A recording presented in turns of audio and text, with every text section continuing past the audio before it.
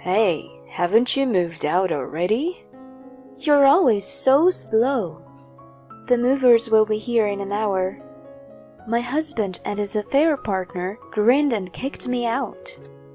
A week later, the doorbell rang, and when I answered it, they were there. How did they know where I was? But I did my best to pretend I didn't care. Hey, you! What did you do? What in the world are we talking about? My name is Claire, a 38-year-old housewife. My husband Alan and I have been married for 10 years. I guess this year we're supposed to celebrate our 10th anniversary. But for me, I am amazed that I have endured it for 10 years. That is how hard it has been for me.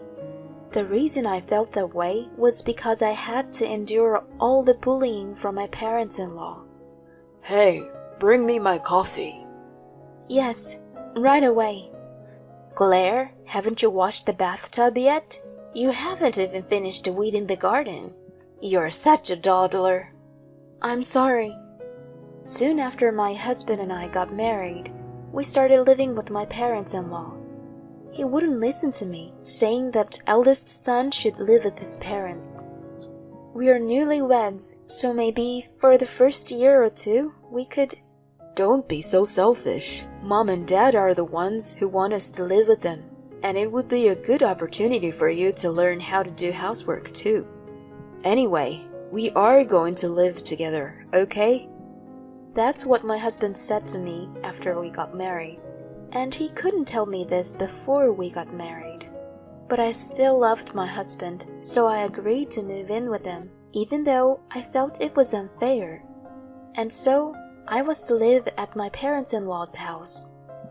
Jacob and Debbie, I'm looking forward to living with you from today. Yes, us as well.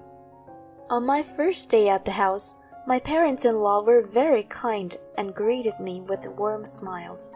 So I thought I would be able to enjoy my life living with them. However, my expectations were soon betrayed. The next day, my in-laws immediately started to bully me. Hey, how long are you going to stay in bed? My mother-in-law woke me up angrily with a devilish look on her face. I hurriedly checked the time on my phone, and it was only 5:30. It's only 5:30. So what? Do you really think you can do all your chores if you wake up later? I had no idea what my mother-in-law meant, but I soon came to understand. First, you must make breakfast for our family, pancakes for Jacob and cereal for me. You need to make salads and cook some eggs for each of us too. You will also make Alan's lunch for him to bring in a lunchbox. With such detailed instructions, I would certainly have to get up early in the morning. I tried my best to make breakfast for my in-laws and the lunch for my husband, even though I was still sleepy.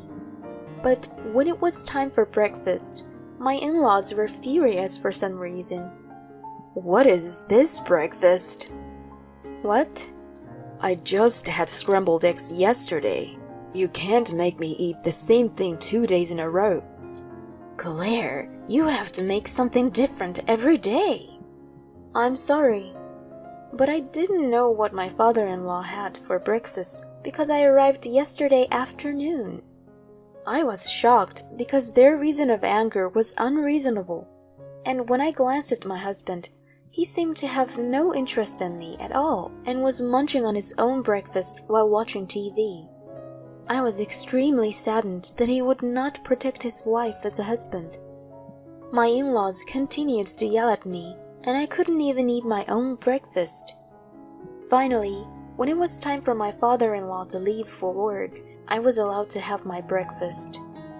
My mother-in-law, watching me eat my cold breakfast by myself, asked, "How long do you need to eat that? You really are slow." I lost hope from the very first day. Why should I be treated like this? That night, when I was alone with my husband in the bedroom, I pleaded to him. Do we have to live together? I can't stand the thought of living like this forever. My husband was startled as I said this in tears. Don't be so hard on yourself. They're just checking to see if you have the guts by giving you a hard time at first. If they approve of you, I'm sure they'll both treat you nicely. Really? Of course. I'm sure you'll be accepted by them.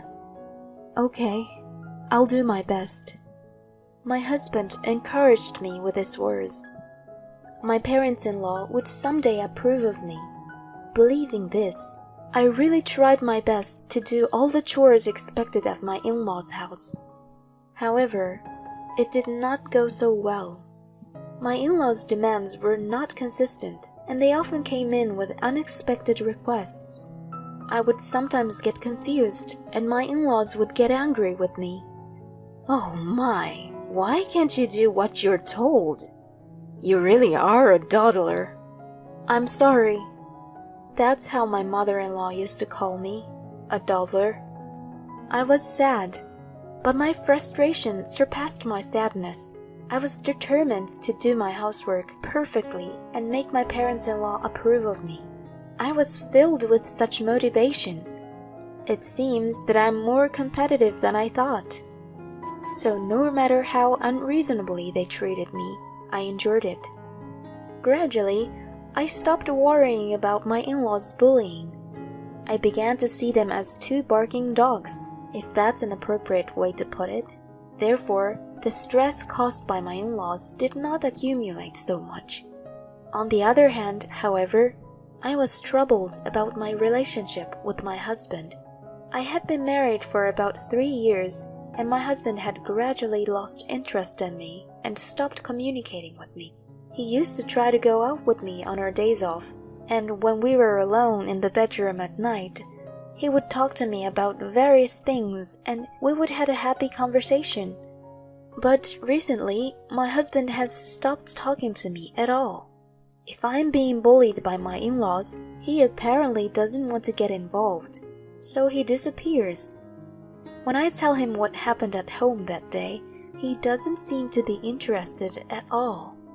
It seems like he has completely lost interest in me. I wondered if it was really okay to continue our marriage like this. While I was thinking about this, my father-in-law suddenly fell ill and passed away. We were both very upset by the suddenness of the situation. My mother-in-law was extremely depressed because she had suddenly lost her partner. Even though she had treated me badly, I could not leave her in this state, so I decided to support her. How are you feeling, Debbie? Thank you for worrying about me. I'm feeling slightly better today. My mother-in-law was no longer the bullying mother-in-law she had been. It was as if her heart had completely weakened and she didn't have the energy. So I decided to do many things to take care of her. I did all the housework, of course. I tried to buy her favorite snacks and sweets as much as possible. I even took her out to a cafe if she looked like she could go out. No matter how badly she treated me, the shock of losing someone you had been with for so many years must be immeasurable. As I treated my mother-in-law like that, she gradually got better. She started smiling more and started to do things by herself. And for the first time, my mother-in-law expressed her gratitude to me. Claire, thank you. Thanks to you, I am back on my feet.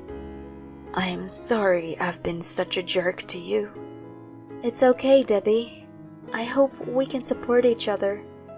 At that moment, I felt as if I could have a heart-to-heart talk with my mother-in-law. After that, the bullying stopped completely.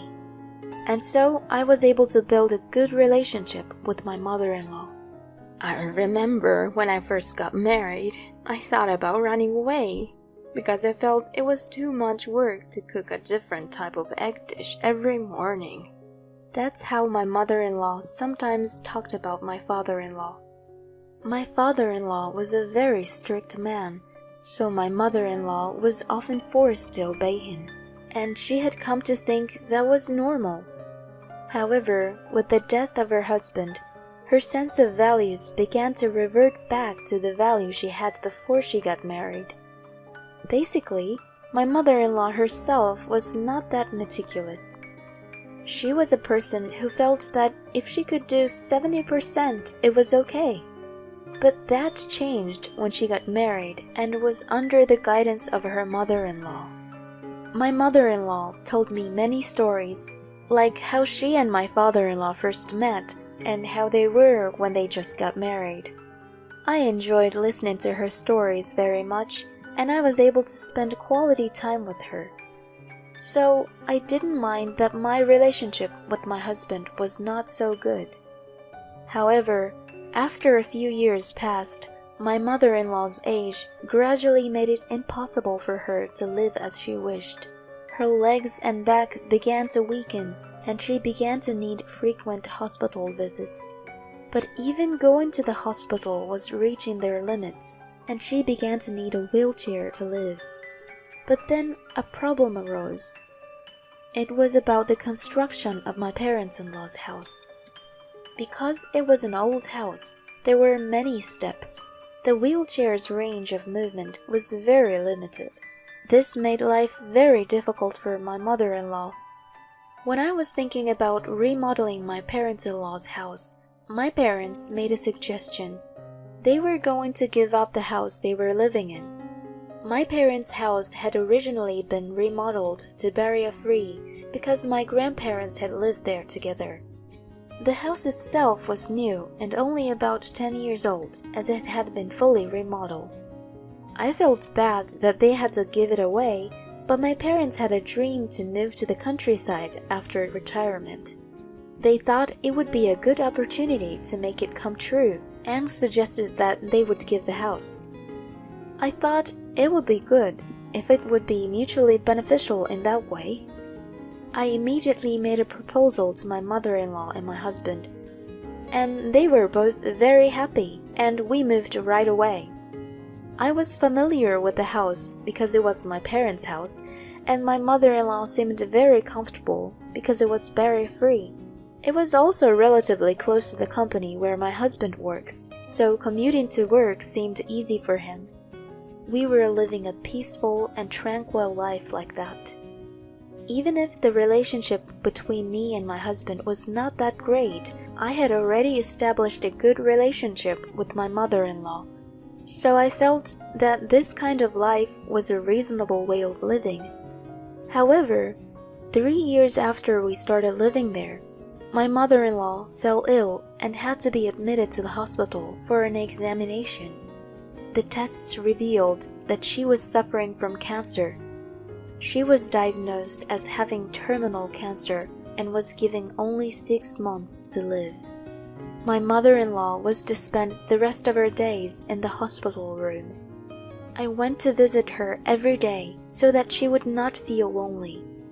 Claire, thank you so much for everything. Oh, don't worry about it. When I think about how few days I have left, I realize that I should be thankful for the little things. My mother-in-law seemed to have accepted the fact that she had only a short time left to live and was spending her time peacefully. 6 months later, she passed away. I was extremely sad. I hated my mother-in-law when I first got married because she was very abusive.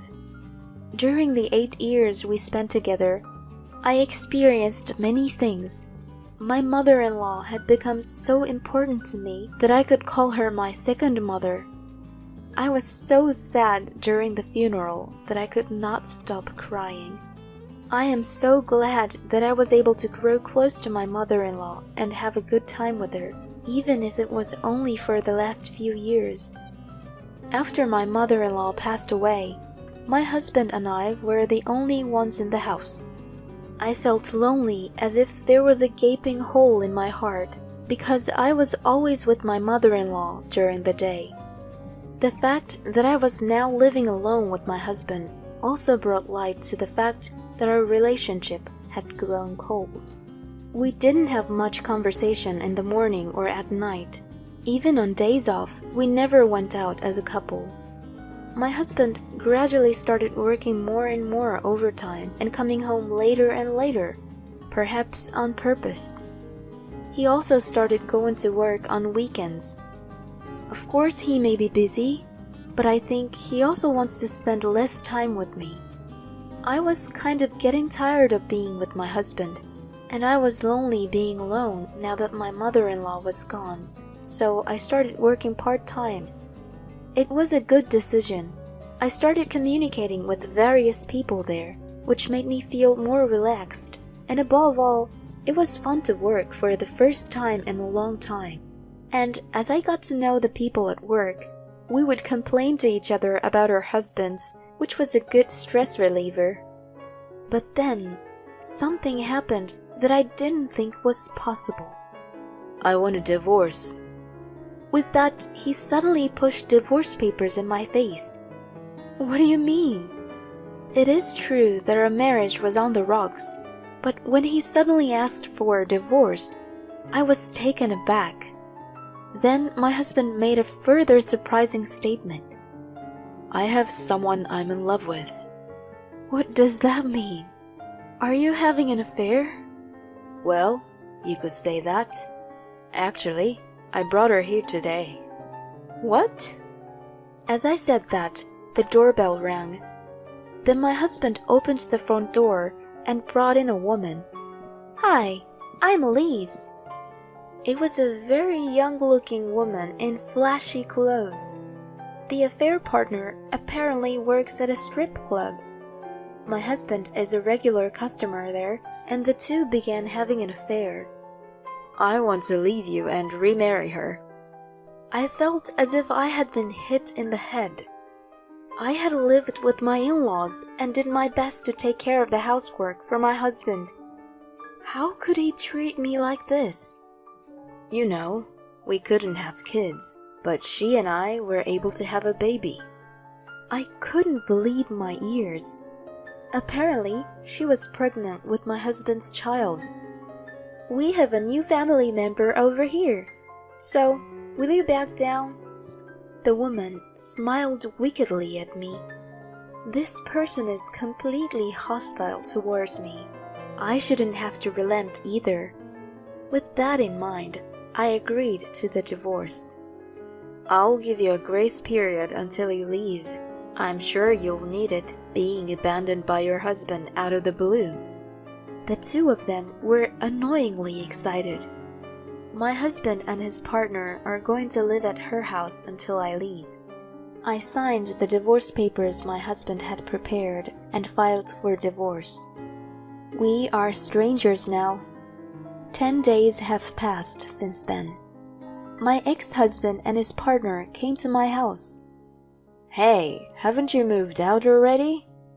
You're always so slow. Yeah, my mother used to call her a dawdler. That was when I was being bullied, and in the end, my mother-in-law never mentioned any such thing. The movers will be here in an hour, I replied without concern. They looked satisfied to see the cardboard boxes piled up. An hour later, the movers came and took all the boxes away. Good. Then, get the hell out of here. My ex-husband and his partner grinned and waved at me out. My husband had apparently forgotten a certain fact.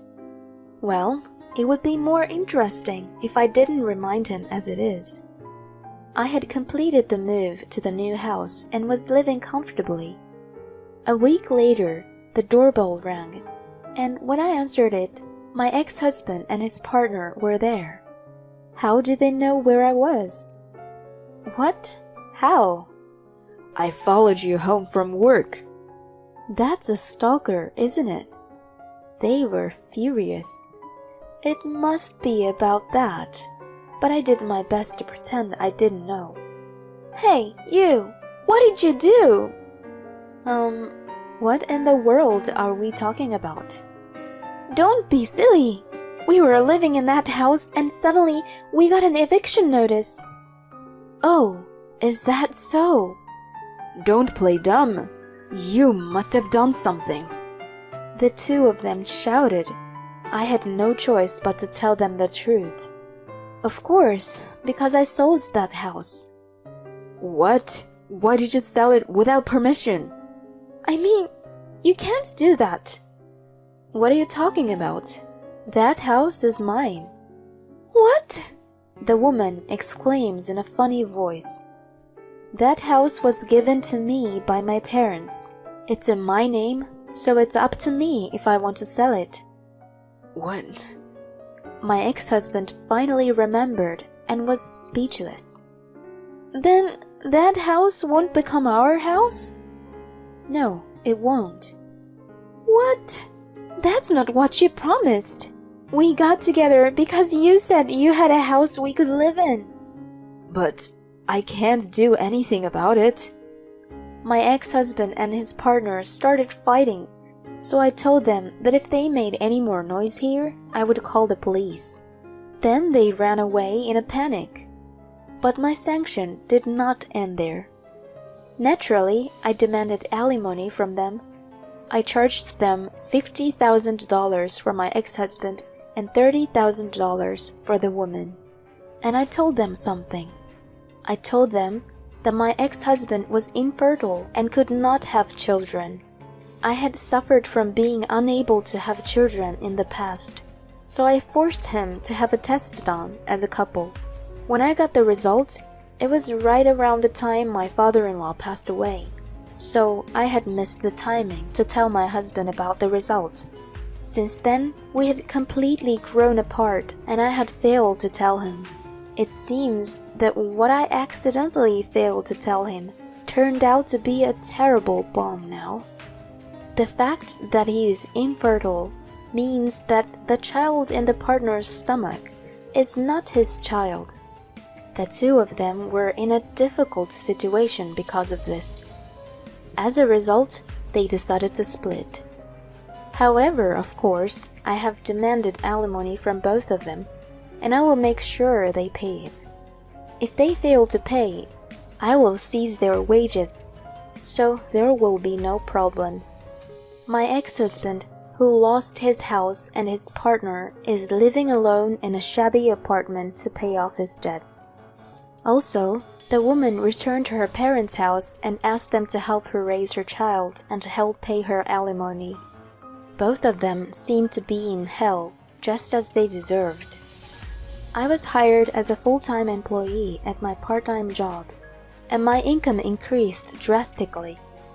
I am now living comfortably in a studio apartment and devoting myself to my work. I am not ready to give up yet, so I'm going to look for a partner as I work on my career.